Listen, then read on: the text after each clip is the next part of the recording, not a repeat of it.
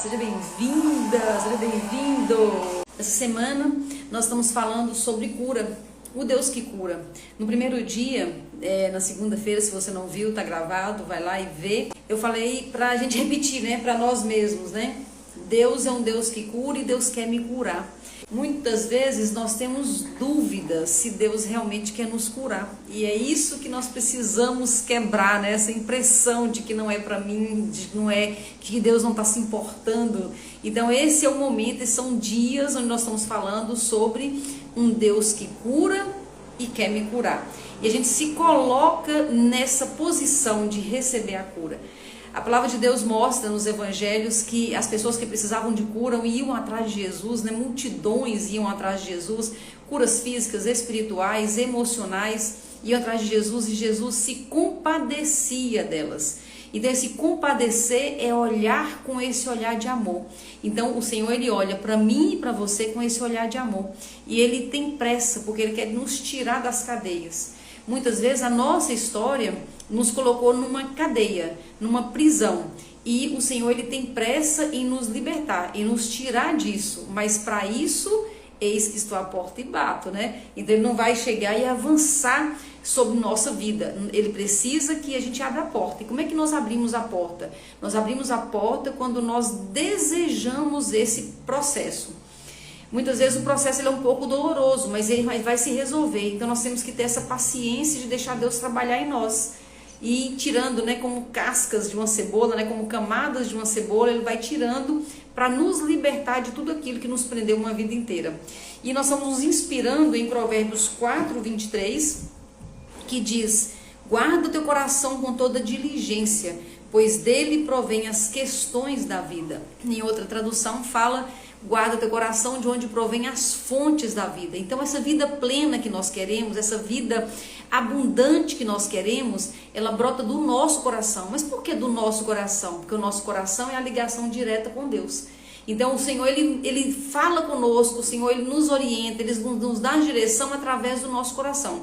Mas se o nosso coração está sujo, se o nosso coração está guardando rancor, ódio, amargura, e muitas vezes, é isso que eu tenho chamado a atenção aqui, nós guardamos isso como uma roupagem de espiritualidade. Então nós queremos enganar até a Deus, né? E queremos enganar nós mesmos que está tudo ok, mas nós guardamos coisas que nós não tratamos ainda no nosso coração. Então essa semana é uma semana que eu estou convidando todo mundo, inclusive eu me convido também, né, a dar uma olhadinha no coração, dar uma checada no coração, para ver se tem alguma questão para ser resolvida ainda. Porque quando o nosso coração ele está limpo, nós temos uma conexão clara e intensa com Deus. Quando nós estamos com o coração sujo, é o que a Bíblia chama de coração enganoso. Nós pensamos que sim, mas na verdade é não. Nós não estamos nessa conexão com Deus, né? E ontem eu introduzi mais um versículo, quero repetir aqui, que também está em Provérbios, no versículo anterior, no capítulo anterior, capítulo 3, versículo 5, que fala: confia no Senhor com todo o teu coração e não te apoie em teu próprio entendimento. Em todos os teus caminhos reconhece-o e ele direcionará as suas veredas ou os seus caminhos. Então o que eu tenho visto é que muitas vezes, eu falo de mim mesmo, mas falo de outras pessoas também, às vezes nós temos o hábito de nos firmar nos nossos próprios pensamentos, nossos próprio entendimento. Então nós chegamos às nossas conclusões e nós nos fechamos nisso. Então é o que a palavra diz aqui, né? Não se apoie no teu próprio entendimento. Então muitas vezes nós estamos tão donos da verdade, nós estamos tão certos de que está tudo certo e o coração está enganoso. E o coração enganoso, o coração doente, o coração que está precisando de cura, ele acaba trazendo uma doença às vezes física.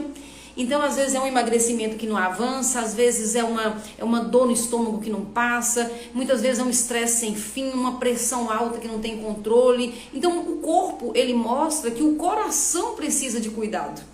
Ou seja, a alma, né? Nós estamos chamando de coração aqui a parte emocional. Então, a alma. E na alma está o quê? O nosso corpo almático, ele envolve o quê? Ele envolve nossos pensamentos, nossos sentimentos, nossas emoções, né? E nossas vontades. Então, nossas emoções, muitas vezes, é o que está mais doente. E quando nós estamos doentes, as nossas emoções são doentes, aparece a doença no corpo físico. E aí eu até falei outro dia aqui que acaba sendo uma bênção a doença, porque a doença física, por quê? Porque alerta a gente, acende uma luzinha de que nós precisamos olhar para o nosso corpo almático. Então a doença, a dificuldade do emagrecimento, então a dor de cabeça sem fim, a pressão alta, qualquer coisa que seja, nos traz a ideia, nos traz um alerta de que talvez o que nós estamos precisando é olhar para o nosso coração ou para as nossas emoções. E ontem eu deixei 6 passos, e como eu terminei, que eu sempre gosto de fazer no tempo combinado aqui, né, 15, no máximo 20 minutos, e eu terminei um pouco rápido os últimos passos. Eu quero voltar. Se você não viu, volta na gravação, que eu dei os primeiros passos, são bastante importantes, e eu quero frisar um pouquinho do terceiro para frente. O terceiro só rapidamente, lembrando uma coisa que é muito importante. Se você descobriu uma dor, se você está com uma dor emocional, se você descobriu que você tem uma questão com sua mãe, com seu pai, com pessoas, não vá atrás dessas pessoas. Eu falei ontem, né? Não leve o seu lixo emocional e jogue nas outras pessoas, em qualquer outra pessoa. Porque a sua mãe, ela fez o melhor por você, seu pai, ou seja quem for.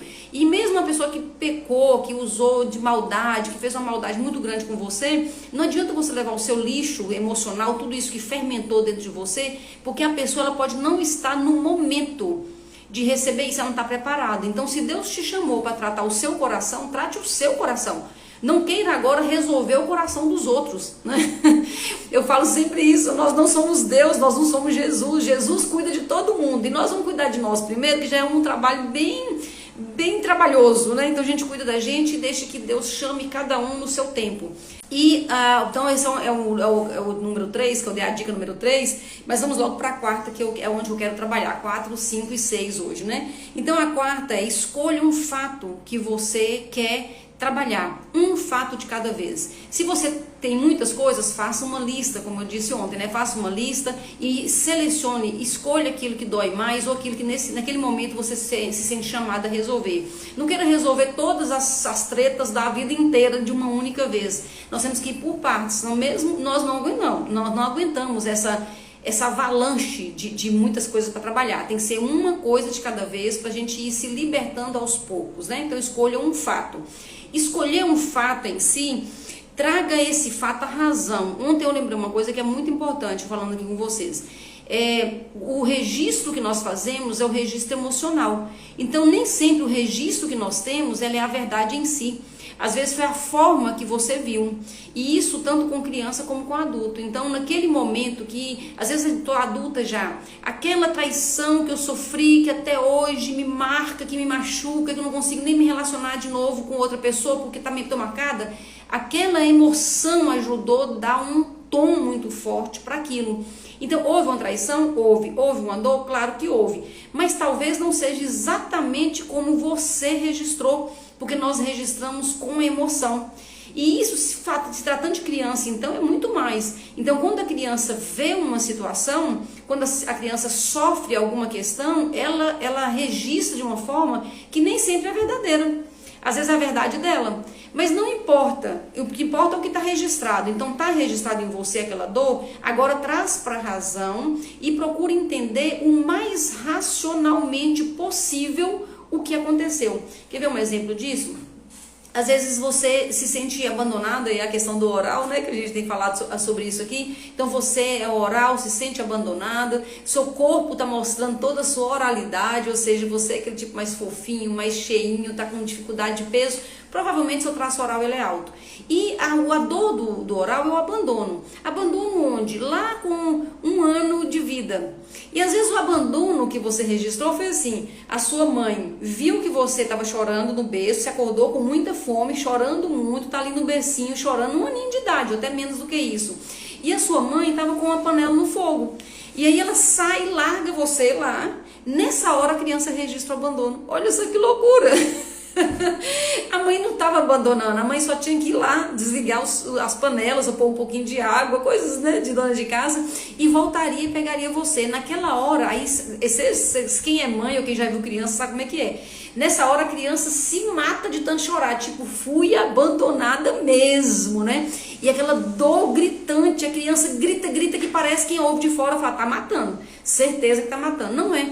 É porque ela foi de 8 a 80 num minuto ali, porque ela sentiu que a mãe nunca nunca mais voltaria. E a mãe foi lá resolver a questão e voltou.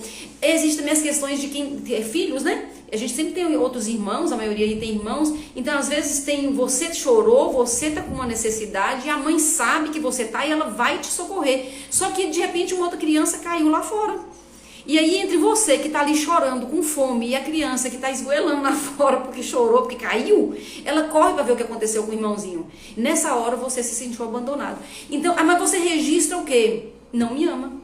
Eu não sou preferida, eu não sou querida, eu não sou amada. Ou seja, eu nasci, mas agora eu tô sendo abandonada porque não tá cuidando de mim.